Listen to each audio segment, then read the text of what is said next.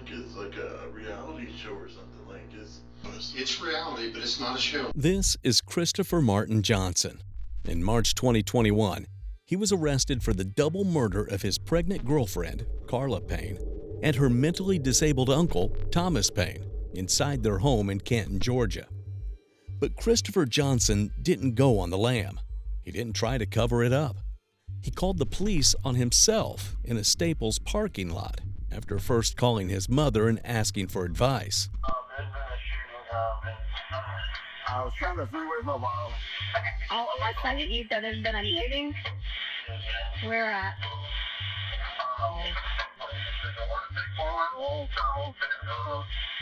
I didn't hear the numbers. What were the numbers? He gave the police the address of the house. A Glock 22 was sitting next to him in the passenger seat of his pickup truck, and according to Kristopher himself, it still reeked of fresh gunpowder, like it had just been discharged. Earlier that day, Kristopher and Carla got into an argument over the fact that Thomas was smoking too many cigarettes in his room, that it wasn't good for the baby she was due to have in 3 months. The next thing Kristopher Johnson remembers is seeing Carla sleeping on the bed. And then he's in the Staples parking lot asking his mother what to do and calling 911. Yet during his interrogation, Johnson seems unable to understand that his pregnant girlfriend and her uncle are gone. And worse, that his and Carla's unborn child died with them. In his mind, he hasn't done anything wrong at all. has Carla called my phone? Yeah, did you check Carla? Is she okay? He asked this over and over again. Then he breaks down crying, seemingly out of shame and the horror of what he's done.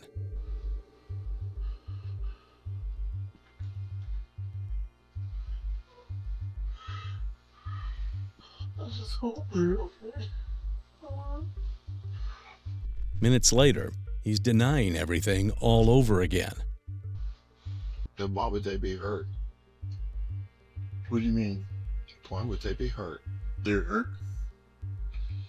Like you said, what? Their feelings, or what are you talking about? Did I do something? And even when he hears his own voice telling 911 dispatch that he shot Carla and Thomas, he's still not convinced. Already now, you know this.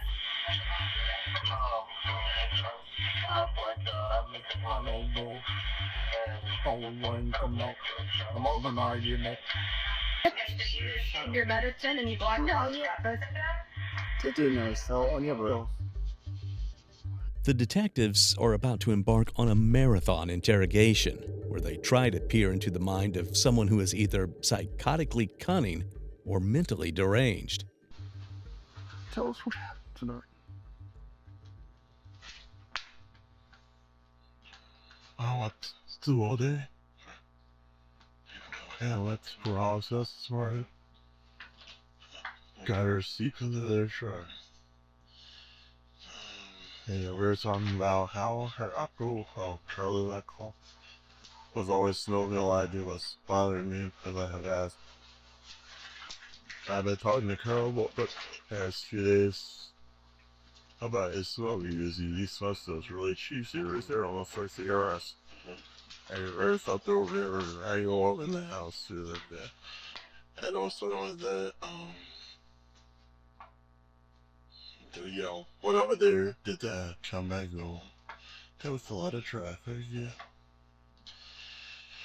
That's daily amount of traffic, but then got home, was going to get something to eat. Carly called me on my Bluetooth. I had my earpiece. And she was in an okay mood. She just said she was in a good mood today. I said, okay, what do you make a picky Sunday when I get home? And she said no. Well, actually, she said yes at first. And I asked her what she wanted to eat. She was exercising, so I said, okay, well, you know you were going to eat. I can bring you something to eat. And then she go back and said she wouldn't eat what I want to eat. I said, I don't know, but then I continued the conversation about her apple smoking. And she got upset and livid about it, and so I told her, I said, man, I can't keep being around the smoke is basically killing me. And we're having a baby, and I don't want him to be around it, because I love him and I love you, and I don't think, that he should be smoking like a train. And she said, no. She really cares that she hung up, and so I got started ringing on me, so I got home, walked in, I was just kind of quiet in the street, I was saying. So I walked in there, she took a shower, I was just sitting there, power up on, playing music, and, a conversation about him smoking again started, because you could smell it clearly when he opened the door. It just felt like he was smoking in your face. So I told her about it. And she just kept getting more aggressive and aggravated about it. I told her that on here. And I started to go into the conversation about, because it was a long conversation about it. And I asked her, do you not care about me? That's how I feel, because you're always giving him, special treatment. And she said, well, he's family, and blood is thicker than letters like that. That's the last thing I remember. And then I was in my car about having asthma attack. I was like, what the hell is on? Drove to Eagles again, barely drives. This story got this Ingles turned this into the stables where I go along. And that's what I need to do. And I think I just killed Carla. I don't know. How do you, I don't know. I just felt like it was like, I don't even know. Like it wasn't real.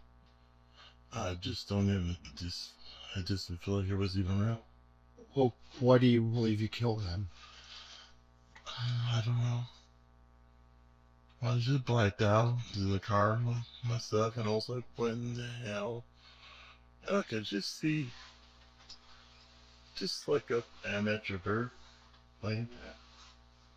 You remember seeing her laying on the floor? No, I don't know where she was laying. And she was laying on the bed, but she was asleep. It's like she was asleep, I don't know. And I had my gun, and my ears were alright, but it smelled a gun. What kind of gun was it? My carry gun. Remember what kind that is? 40 Joe. 40 caliber, semi-automatic? Glock 22, yes. Glock 22. So you've seen Carla. Kristopher Johnson loved guns. He carried a Glock 22 on his right hip in a Kydex holster with a snap release, usually clipped inside his waistband. That day, when police arrested him in the Staples parking lot, the Glock wasn't on his hip. It was lying on the passenger seat, still smelling of gunpowder. Next to it was a rifle case. Inside, an AR-style weapon. In the back, police later found another handgun, a .22 caliber revolver he said he bought cheap from a pawn shop just for the range. He also had body armor, a vest he said he kept hung up in the closet by the bed. Kristopher and Carla met on a dating app. He said they were together for 6 months. He was the father of her unborn son, Mason. Before moving in with her, he was living in a hotel in Norcross after a falling out with his security job. He worked armed guard shifts at hotels and health clinics. He was promised $15 an hour, but only got $12. No overtime. When he brought it up, he was fired. That was 5 months before the shooting. He soon moved into Carla's Canton home, which she shared with her Uncle Thomas. According to Kristopher, the three of them mostly stayed out of each other's way. He claimed he never really talked to Thomas directly. Only one issue gnawed at Kristopher: Thomas's chain smoking. Thomas smoked inside the house constantly. Kristopher said it hurt his throat, burned his lungs, and made him fear for the baby's health. He brought it up again and again to Carla, to Thomas, and eventually to detectives. They were listening, and now they were starting to push, trying to figure out whether secondhand smoke was enough to make a man kill. With Thomas, yeah, I just didn't like him smoke. And when he would get his angels, so he was just holding all the time to get high. He wasn't like he was a man. He was just getting high because he would say anything about the pain. Yeah, I didn't have a problem with it. I liked it. You know, let go. How old was the No, he's up in age. And so it's just the three of y'all living there at that house. The dog, too. What's the dog's name?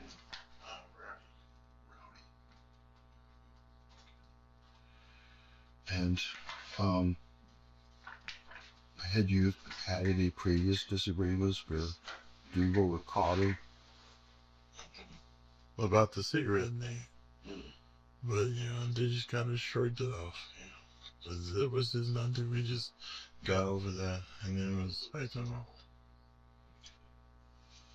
How often do you think you and Dodie had these conversations about him not smoking around? It's been more for recent thing because the baby was, about to come out because of he was not ready. How far away did you say that she was? She's judge. Dewage? Okay.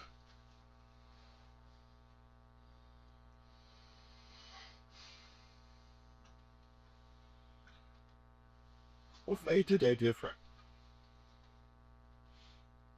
What do you mean? You'd had some disagreements and things like that, but today it seems different. I was just in a blank room one day, blank, and I was just spending an hour lying, and we were today's kind of blank. Okay. So this morning when you woke up, how were you feeling? Well, the only time is special. Okay. Well, you talked to her on the phone a couple of times.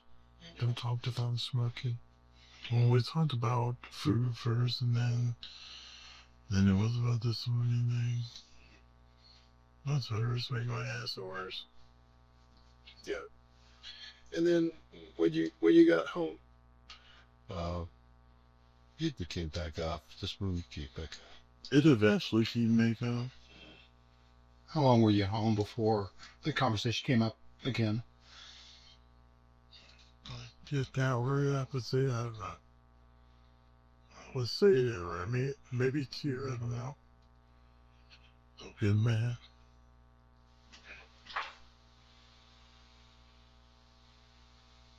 Did the conversation get heated? Or? I don't know. I don't know. I just blacked out as you said.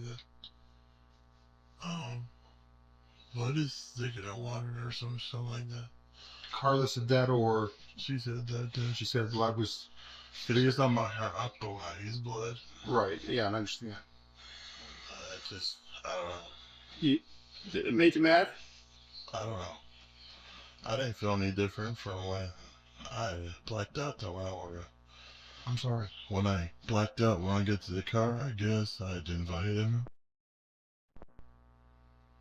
Room in conjunction to your bedroom, across from the hall. right across from the hall. Does he spend most of his time in the bedroom, or is it He's almost always in the bedroom. almost always? Yes. When you got into him with I don't usually talk to him directly. I just through Carla, did you talk to him directly today? No. Did you? never talk to him directly. I just don't. I don't know. I just don't want to cause problems for sure. Was Carla awake when you left this morning? I just know. Yeah, she went to work today. Okay. Where's she work? Walmart. Yeah, which one?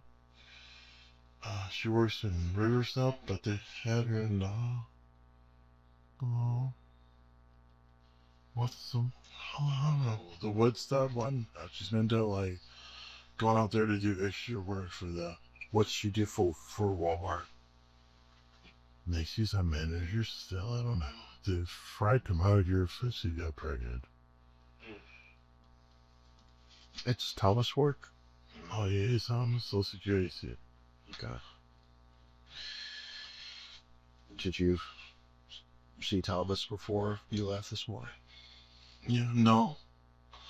I saw Carlo for a lot, but Thomas is answer. I smell his cigarettes on this. I was going to ask you if you did see him. You don't have to. You don't have to just. You have his door closed. You still smell. Well, that's what I was going to ask you. You might as well smoke cigars. This. Oh, I did see him, but he went to get the dog earlier. That's all I really remember. That's all that I left before that. I didn't want to get angry at him for a smoke. Because he'll come out his room with a cigarette in his mouth. And I started burning my throat, obviously.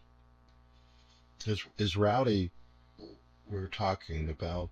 So far, Kristopher comes off as a sweet guy, despite the fact that he told 911 dispatch that he thinks he shot and killed Carla, her unborn baby, and her elderly, mentally disabled uncle. Could he have been pushed over the edge simply by the fact that he didn't like Thomas smoking? The investigators need more. They need to peer deeper inside his mind. He's mentioned blacking out several times now, a convenient excuse for not remembering the murders. But they have to tread carefully here. Kristopher did, after all, call the police on himself, and they need to test how stable or unstable he is. So they start by having him draw the floor plan of the house, where the bedrooms are, where the living room and kitchen are. This tactic is being used to get him to recall information more vividly. The strategy works by engaging spatial memory and prompting the brain to reconstruct scenes through sensory and physical detail, rather than narrative memory alone. By physically drawing where the rooms are, where the bed was, where the people were positioned, the suspect is nudged into remembering more than they realize they know. It's a way of saying, don't tell us what happened, show us.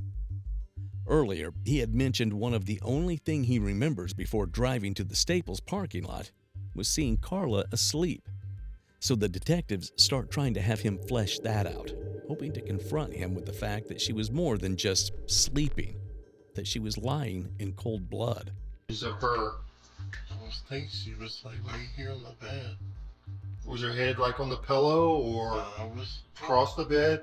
It's like this, like well, about like that. I would think it's her head on the bed. So her head was away from the pillow. Or would the pillow be up here, I'm assuming? Yes. Come on. This says CPAP, and that's where I usually sleep. And that's to close it, and then the series here. That's smaller, but it works. Well, it's a little further than it is. It's probably right at. This is like the foot of the bed to the door. Okay. Yeah. It's not the biggest room, but it's about where it was on the bed, but I ain't going right. Let's see, her head was like right here. On the bed, hanging over the bed, She was laying down laying down, facing up or facing down, on her side, on her side. on the right side or her left side. Her head was just facing this way, so I guess I was that like. They were be on the right side. I think that's like the left. It's facing this way. Her head is facing towards the Towards this wall. bathroom. Yeah. I think that was the left side, right? Yeah.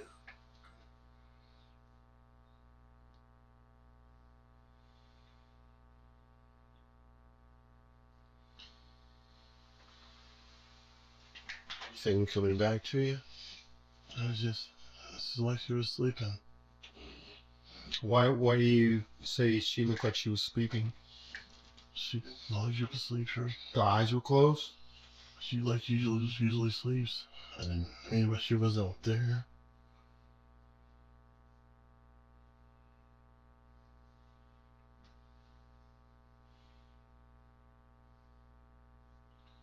Just remember seeing her face as though she fell asleep, but her sugar was higher.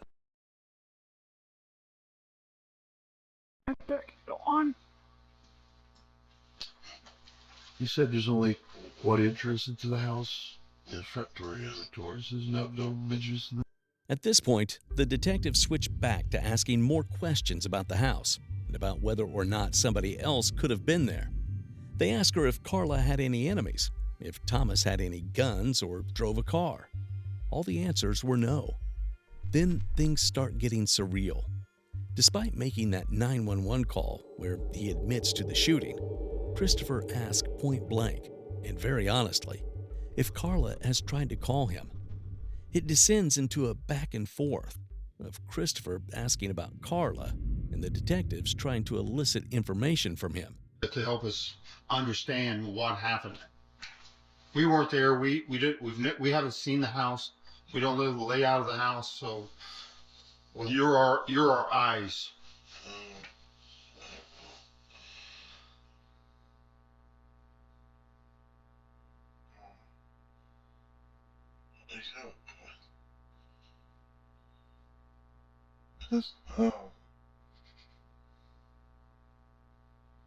Has Carly called my phone, or do y'all know? I know Thomas is going. Where is your phone? I was in place good. Did you have it? Well, obviously you had it because you... Yeah, I called 911 in the parking lot. Okay. So when you called 911, you remember what you told 911? I think I told them that there was a shooting or something like that. Why would you mention that? I don't know. I don't even remember shooting. I just remember the gun. But if you... Unusual. Yeah, but the reason I'm asking is, if you blacked out and you thought Carla was sleeping, why would be the first thing you tell somebody else is you believe Carla and her uncle were dead? That's a good question. Yes, yeah. I'm having a hard time understanding that. That's what I'm saying.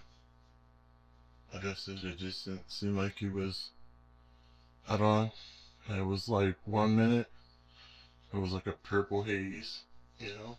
Tell me about your relationship with Carla, and you may have already told Sergeant that when I was doing the GSR. Did you guys get along pretty well? Never kind of fights or that. No arguments, no physical. Nope, I don't never heard it. You know? Maybe just disagreements, maybe. Yeah, it's disagreements. Everybody has shit relationships, but I never heard it. Have you been this close to somebody before? Yeah. Curious though. Carla's. To Josh and Carla, is she okay? We have it. We came right here. Do you know anybody who could tell me how she is? Oh, we haven't. They brought you right here, and this is where we're at. We're getting most of the information from you. So that's why you were there. So it's very important. Did somebody tell me how she is? So we know that you called 911, Okay. and then it was reported to us that you had shot them. By me or? Okay. Okay. Yeah. Okay. So how do you think that she is? I would hurt Carla, so Do it to her, Carlos. she should be fine. Okay. When you saw her last, what you remember is that she was like she was sleeping, but somehow you left the house and called 911. Yeah, that's not really making sense. Yeah, but You reported that. I know. I reported it. What else reported it? It just didn't seem like. It just didn't seem like it was me. Didn't seem like it. But like the call, The what? when I call him one, it's kind of in a plain mood. Plain mood. I just, You know, I just felt like I was in like a, I don't know, like a panic mode or something. I don't really know. Panic was I one. That's what I'm trying to figure out. I saw my gun in the car, and that's one of the things that freaks me out. I didn't have it on my side. And obviously, I always have it on my side unless I were used to. And there was no side, so I'm figuring that I used it. And I could smell it. Yeah. Just somebody told me how they are, though. Are they okay here? Did it? Do anything right? Do you think that you did? No. I wouldn't have it for the trial. Chris, did you shoot Carla? It's the point where one detective starts beating around the bush and asks Kristopher directly. Did you shoot Thomas?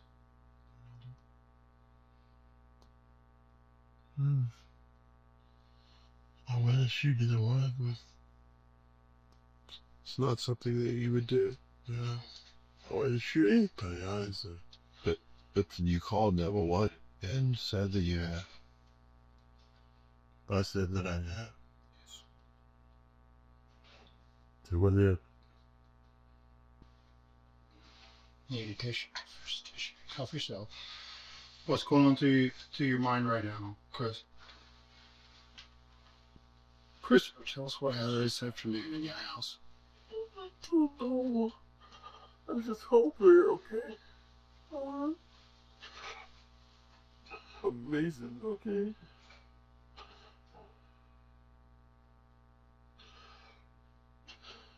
I'm just okay with you. If I did anything, I would never finish.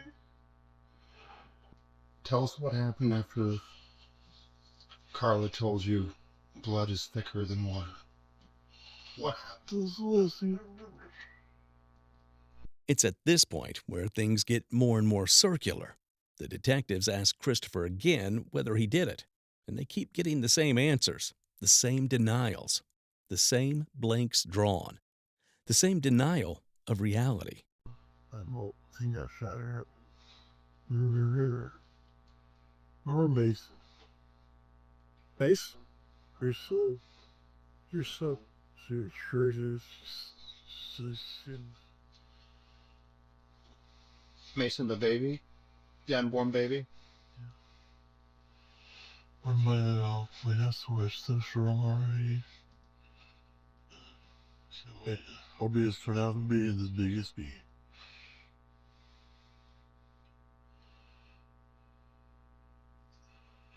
I should know she's already.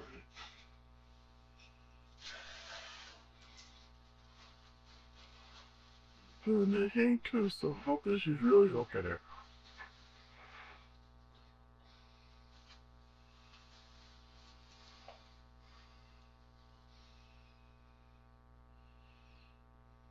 Can we get somebody to check and see something? Was she told me yes? Did you shoot her? Shoot her. Said that you said that you loved her. It's not something that you would do. I would never hurt your girl. I would never. But did you? I kind of aggressive, Miss Riddle. Did you shoot her?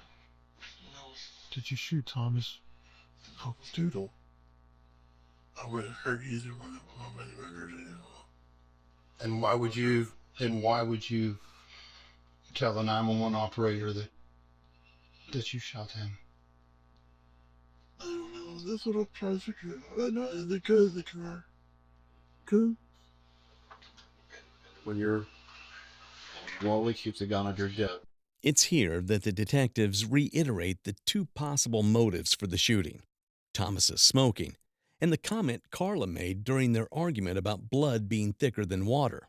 To get at you, or what's that? I said I don't know why. You don't know. Okay.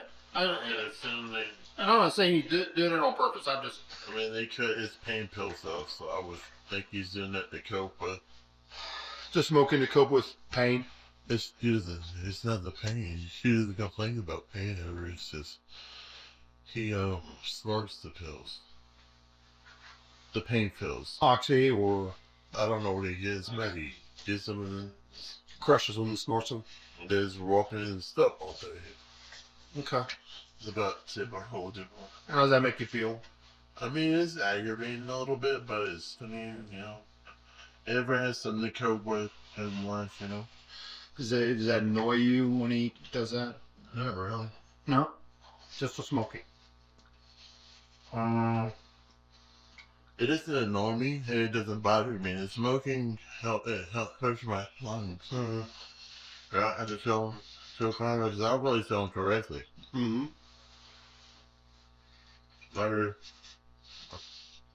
I usually feel Carla and she was out. I just have a hard to feel that, so I just don't really be in the middle of a family feud. That's much, you know. So did you think today Carla was going to choose Thomas over you when she said, "Blood's thicker than water"? I just remember from in the conversations, I was like trying to understand. Then she said, "Well, blood's thicker than water." How did you feel about that comment? I mean, that's kind of like Alright, so that argument, I just seen like a purple haze, like the color of my eyes. And then... Was that angry or that age? Was that anger? Yeah.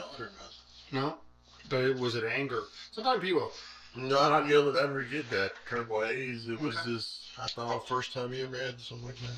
Yeah, it was like, I don't know, like those little, I have the flurry thing, but it's not like that. It was like that color type of transparent. But it was like over here. And then, I just remember, blood is thicker than water type of thing. Yeah, she was almost just a little higher voice, not like screaming or nothing, like almost like a agitated voice. And then, Do you think she meant it? I mean, I wouldn't know. The family comes first, you know. It's just fine. Everybody's family comes first, you know. Is that piece okay? That's alright. I need some more, sorry. No, go ahead. Okay, get for me. I just wasted her.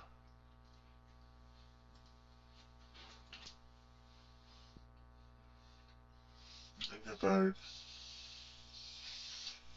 Talk to that about the last argument thing we had. It is, you know. What was that argument about? Smoking. About a week or so ago. I know you... Been just had that comment that was she smell working. I wondered her. When I keep Mason healthy because he's been kicking a lot more.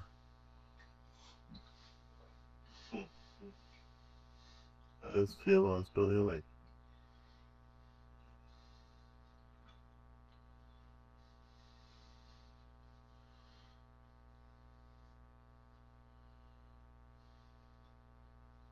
So, did you have they called her and Carla or Thomas or anything? There are people out there. I talked to one of my coworkers said that they were not able to go into the house. Why? So I don't know. I get that. I don't know. The detective's claim is deliberate deception. They know both Carl and Thomas are dead. However, they still need to elicit information from him.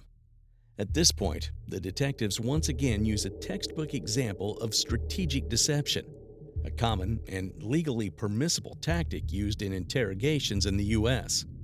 Specifically, the detective is using a form of controlled information withholding. To lower Kristopher's guard, the detective falsely claims they haven't entered the house in order to make Kristopher feel more comfortable speaking freely, without fear of contradicting known facts or trying to shape his story to fit the evidence. This approach reduces defensiveness, gives the illusion that Kristopher holds valuable information and is especially effective with suspects claiming memory loss, as it lets them remember details without immediate pressure or correction. But let's go back. Earlier in the interrogation, one detective asked Kristopher this. What do you mean? Sometimes we're talking to you, it seems like you have trouble. Is there anything interfering with your thoughts? Anything interfering with your ability just to tell us what's going on in your mind? I don't know, man. Just hungry. I don't know. Who's less than me? It is more. It will come up again and again. Not the fact that he's hungry, which of course he is, but the fact that he's drawing a blank on the actual killing, and the fact that something about this guy is off. The farther the detectives dive into their questioning, the more they're confronted by the fact that maybe this guy isn't just conveniently drawing a blank. Maybe there's something else there. Their mandate, however, is to secure a confession that will stand in court. So they probe deeper. Kristopher mentions once again how during his argument with Carla, he saw little flippers, and his vision became blurred by a purple haze in the sides of his eyes. The detectives dive in. That was before the argument. This man was volleyball. Okay. It was just there. Kind of just floating around. The right side. Right. It was like, it felt like it was like a film almost. Do you understand? Like a weird film off my eye, I feel like. Was it blocking? It was blocking your vision. Not really. It was kind of like, it's like, try to explain, almost like a fourth of a contact on the side of your eye. If we can explain it, it's like that. You were wearing those glasses. You didn't. Oh, I don't wear contacts. I have this stream of astigmatism, and the other says. You know, been having that weird flash of thing for about a few weeks now. But it was me getting high cholesterol or something I didn't know. I've been trying to eat less to, so I can be around this amazing kind of order. I wanted to be around heroes, running around chasing them girls. Yeah, that's the way I teach them,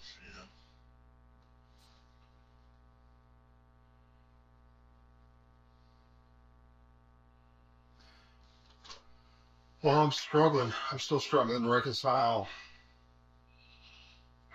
why you would use those words to tell the 911 operator about what happened. If you were blacked out, why would those words? It was like an off and on blackout.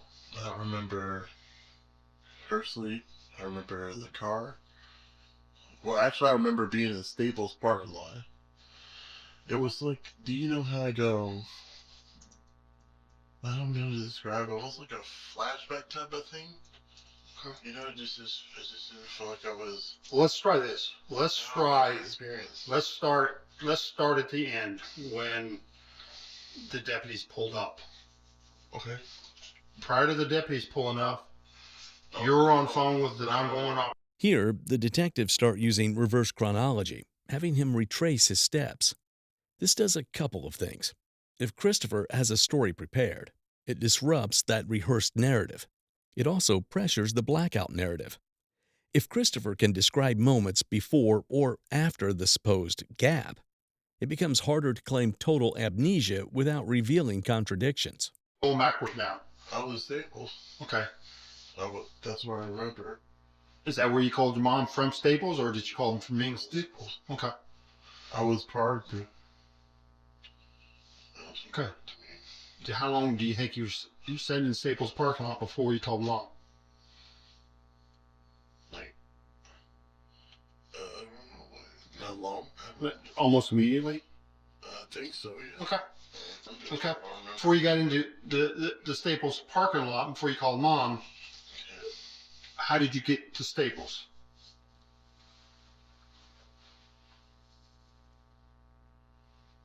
By I would guess I drove the truck. So. In your truck? Do you remember what route you took to get to Staples?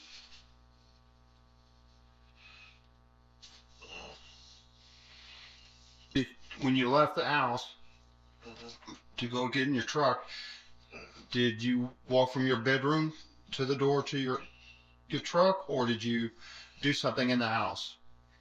Like what? I don't know. Did you call anybody from the house? Did you send watch TV after, When the COVID virus, they want you in that person. from I didn't ever looked in the car while asleep. But eventually, the detectives have heard enough, and they decide to directly confront Kristopher with the question that has been hanging in the air the whole time. typically over a routine day? I mean, that's what I'm saying. It was just odd to me. So you think a traumatic event happened in your house?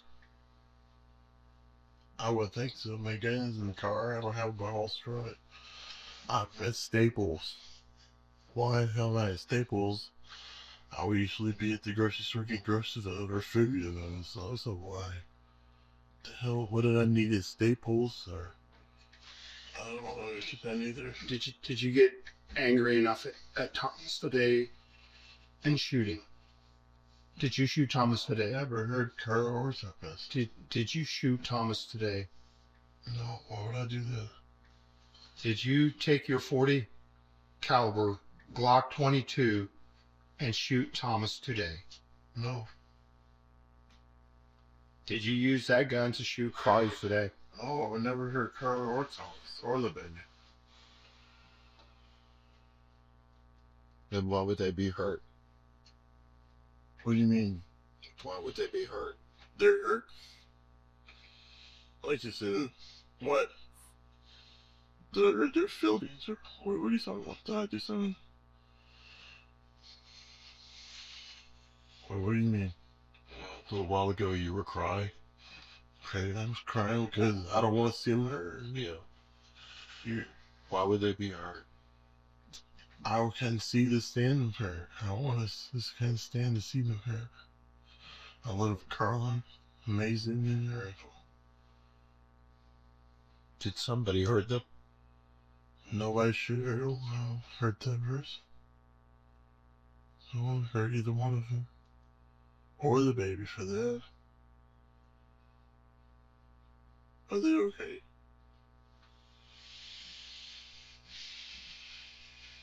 No, they're not okay.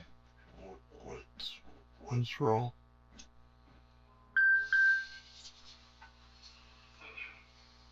What do you mean? This is like... What is... Excuse me just a moment.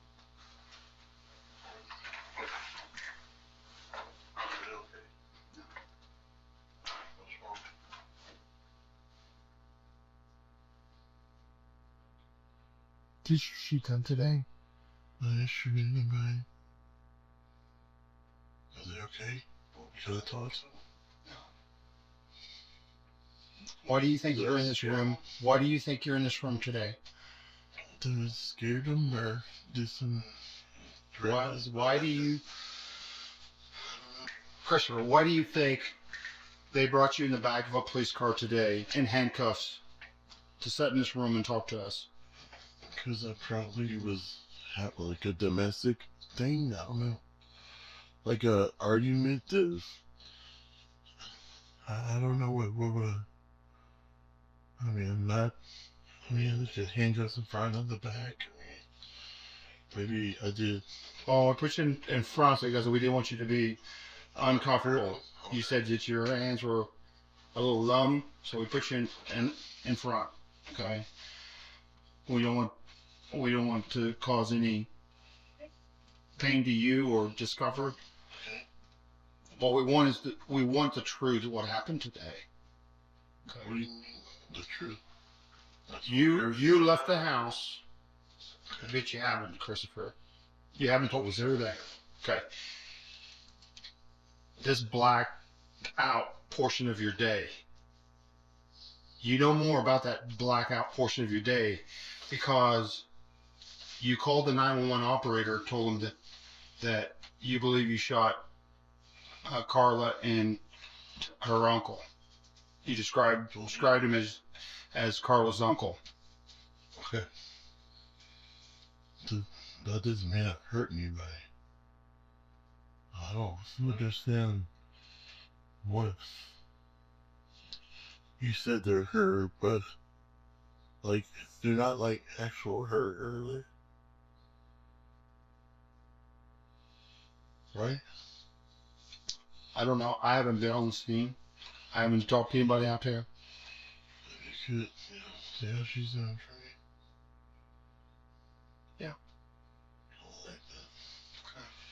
To make sure Mason's okay. But I need you to fill in the gap. Christopher, I need you to fill in that gap. So what's your You told me that it was you, Carla, Rowdy the dog, and Thomas in that house, and nobody else. the three of us? It's at this point where the detective has had enough. He tried once again to use strategic deception. But Kristopher seems to be genuinely confused. The other detective, who has left the room, then enters and changes the angle of the interrogation completely. What part of high school? Yeah, we did high school. Navy battery amputee in high school. I slowly what? Power. That's what rescue. Plus, the kid right didn't want to talk to me. That sounds bad enough for me. I mean, I've always been sweet and honest person. Everybody's always taking advantage of us, living their life. Realistically, yeah. An actual person.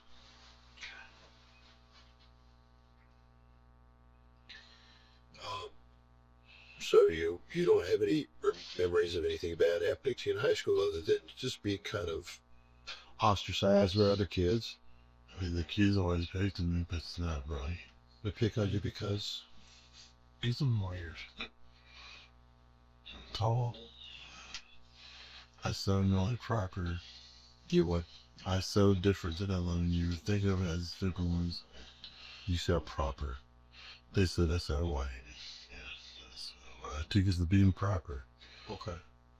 So, being a mixed race, you got some grief from both sides. Yeah, Confrontation on Rodriguez, yeah. He's,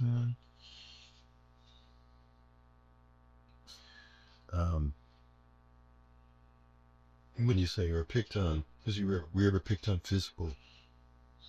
not really. None to that. Besides stop talking to me, that's it. Nothing to do with my life.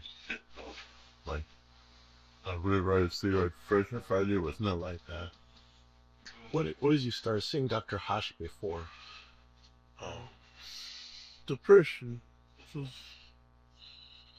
still something. Depression, they say I'm schizophrenic. So we just hear voices and stuff too. Hear your voices. Besides myself. Okay.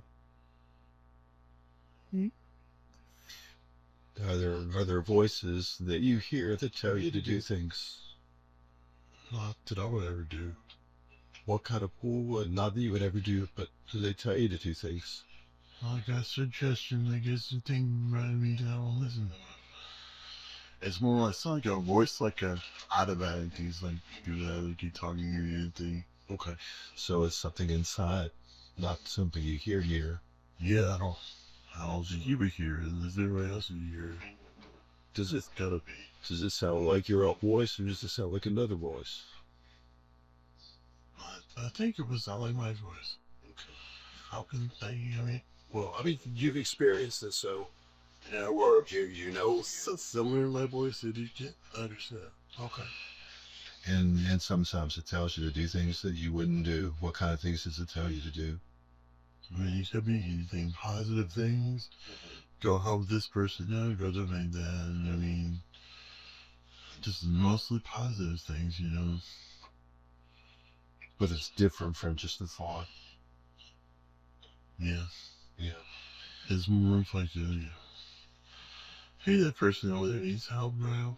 I'm the person, you know, or know person I always been to. And where do you think they come from? I would think God. I mean, I would think, I don't know. You said a minute ago that sometimes they tell you to do things that you wouldn't do.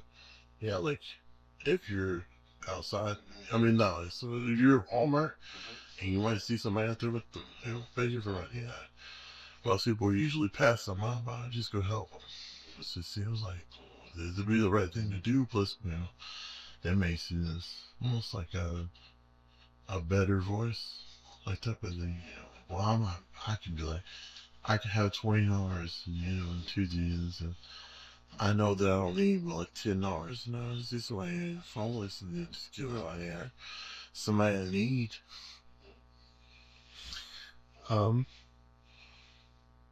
So you said some things you wouldn't do, and you said that you would never hurt Carla, that you would never hurt Thomas. But would somebody else do it? I don't know, Would the voice tell you to hurt them? no.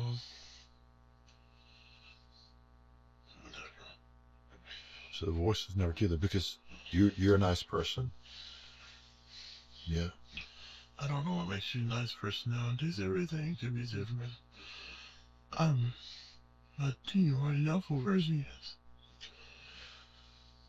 So it's unlike you to want to do something or to do something that would hurt somebody else.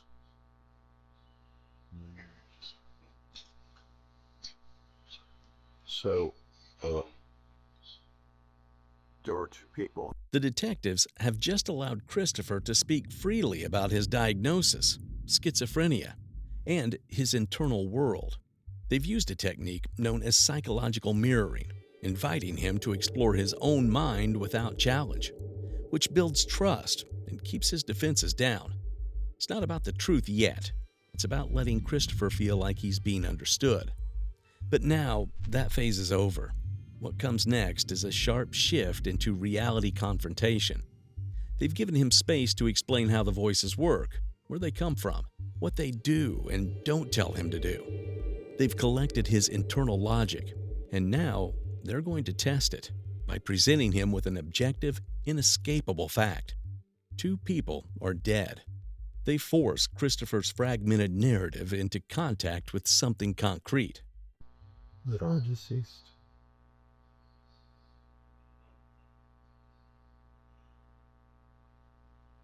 Two.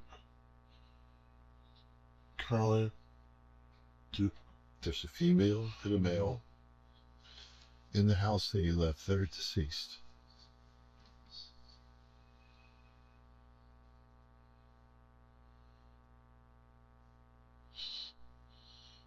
Does that from this is not a joke? Is it a joke? It's something. Chris, I mean, just completely honest with you, this is what I know. What happened? This is not like a program, is it? Chris, Let's talk. That's not fucking. I would never. A seizure. That means they're dead. They're dead. There's a dead woman and a dead man in the house that you just left. It was like us in those servants.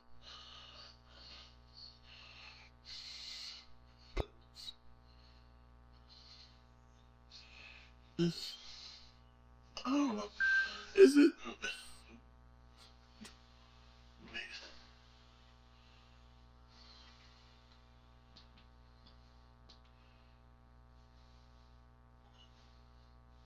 This Fuji says at all.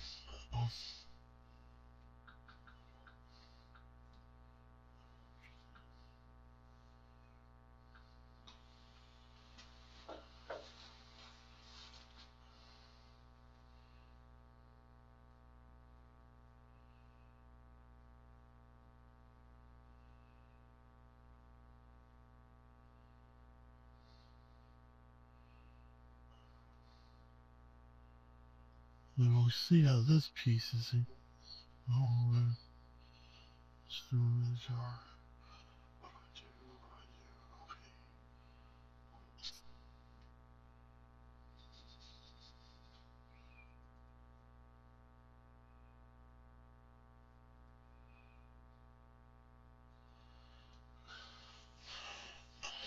understand. It just sounds like I would do what I would have hit me. What the hell? But I would never heard that one time. The car I'm trying to ride too. I'll try to. And this. It's like.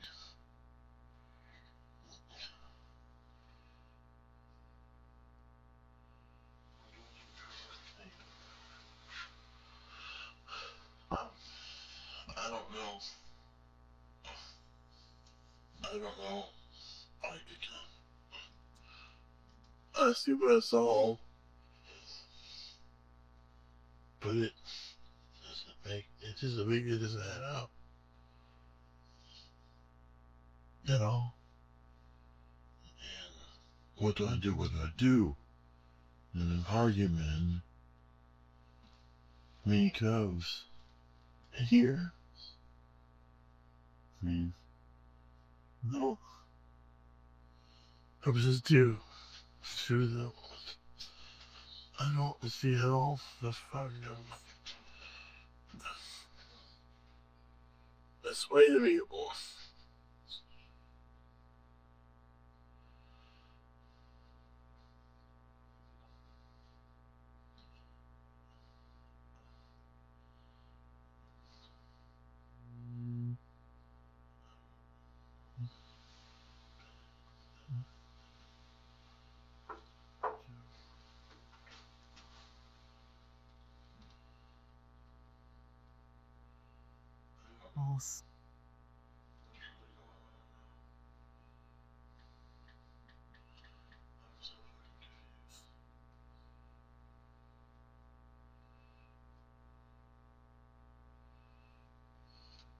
So lost.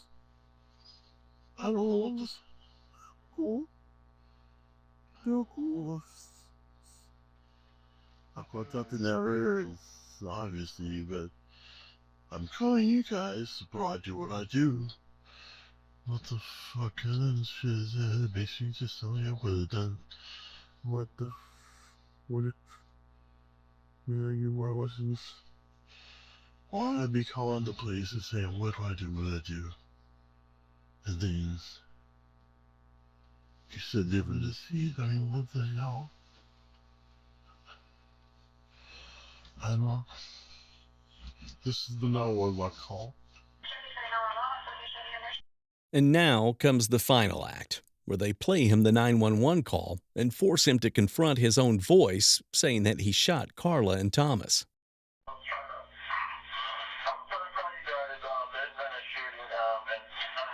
I'll show the freeways on love. Okay, hold on one second. You said it's initiating. Where at?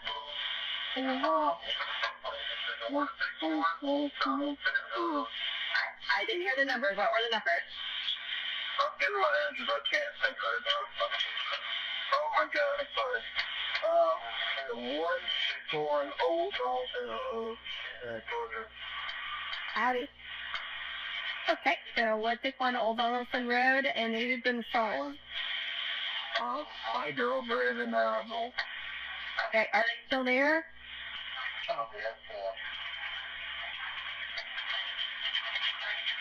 So then your girlfriend and her uncle have been shot? Alright, how do you know that?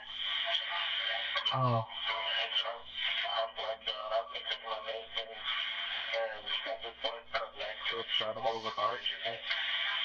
Just your medicine and you blocked out both of them? That didn't even sound me, bro.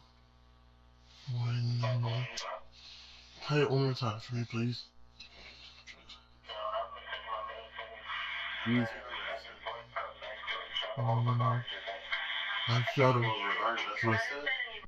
Kristopher is confronted with the reality of what he's done, but it seems like he still doesn't comprehend it. He's remembering snippets, but not asking things like if his voice sounds different. Are they talking to you? Sounds Alright, do what they tell you to do.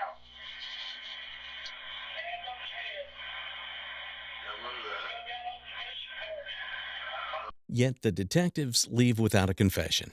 Confusion and circular logic prevail. Kristopher's mental illness is undeniable, but just how much his illness contributed to the murders is still unresolved. And I remember, I thought I started out the call as, I thought what I do was like, words, I was, I don't even know. I remember asking, like, what do I do? I mean, I thought that was one of the first things I asked her. What do I do with this? I had to do that. Like, as we were listening to this now, you were saying, yeah, you remember that, and all that. I remember like halfway through the conversation, because he just kept this. At that point, it was as clear as it is. Yeah, I remember about whenever. What did she say? Steven? No. Okay, so we're at 1 Old Donaldson Road, and who's in charge? My girlfriend and her uncle. Go a little further, because I don't. Hold on. So, right there, you're telling the 911 operator that they get shot. It's your girlfriend and your uncle.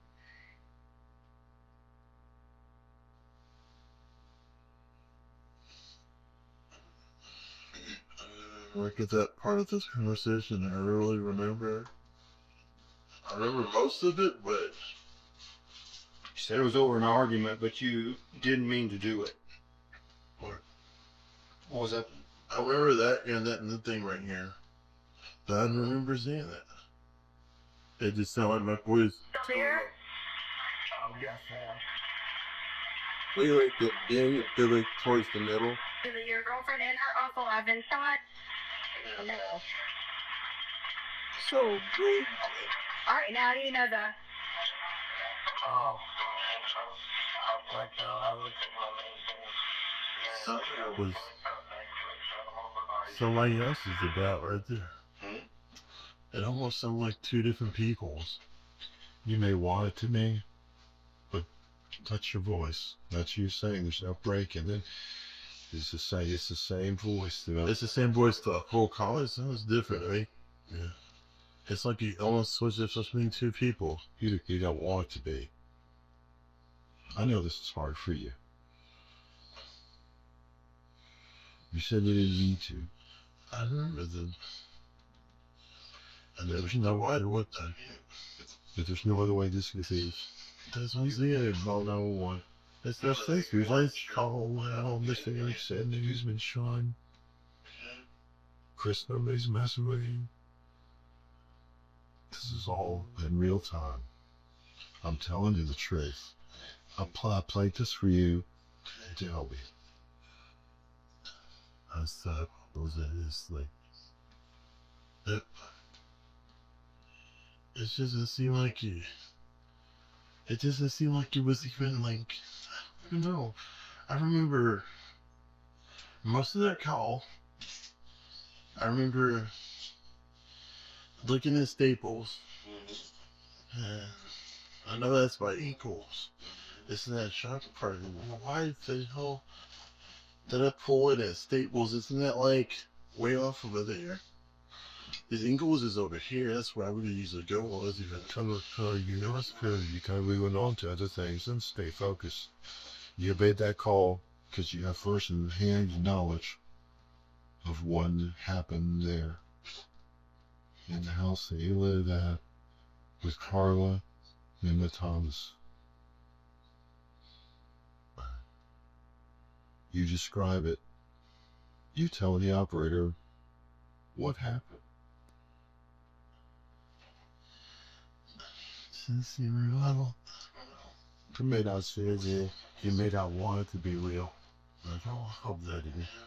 You admitted on the 911 call that you shot him. You didn't mean to. It was over an argument that you shot.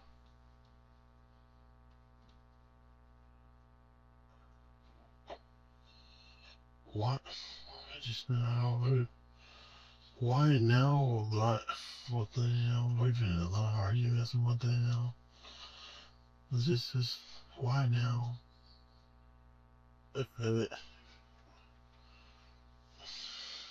Why now would some shit like this ever happen? Is my question. You're the only one who can answer that, Chris. I don't see any difference between the days that could have leaded up to this at all. Was it unresolved anger that hadn't reconciled, and it just kept building and festering and getting worse? And today was it on over. When she said blood is thicker than water, that cuts you to the core, because she took Thomas's side, not Chris's side. You were looking out for the baby and looking out for Carla, and Thomas didn't care, but she took his side, and that made you mad, didn't it? I've been mad all day. That's what I think about it is, see, I've been on Joe. Blake movie that was like a bubble where this cute type of movie has just been, You're neutral, you say feel anything. But today, what we have when we have is that you call 911. You said these things, see my kids. and when the officers got to the house, they found 2 people dead. And you're the one that called 911 to lead them there and told them that they'd been shot and that you didn't mean to do it. You had an argument.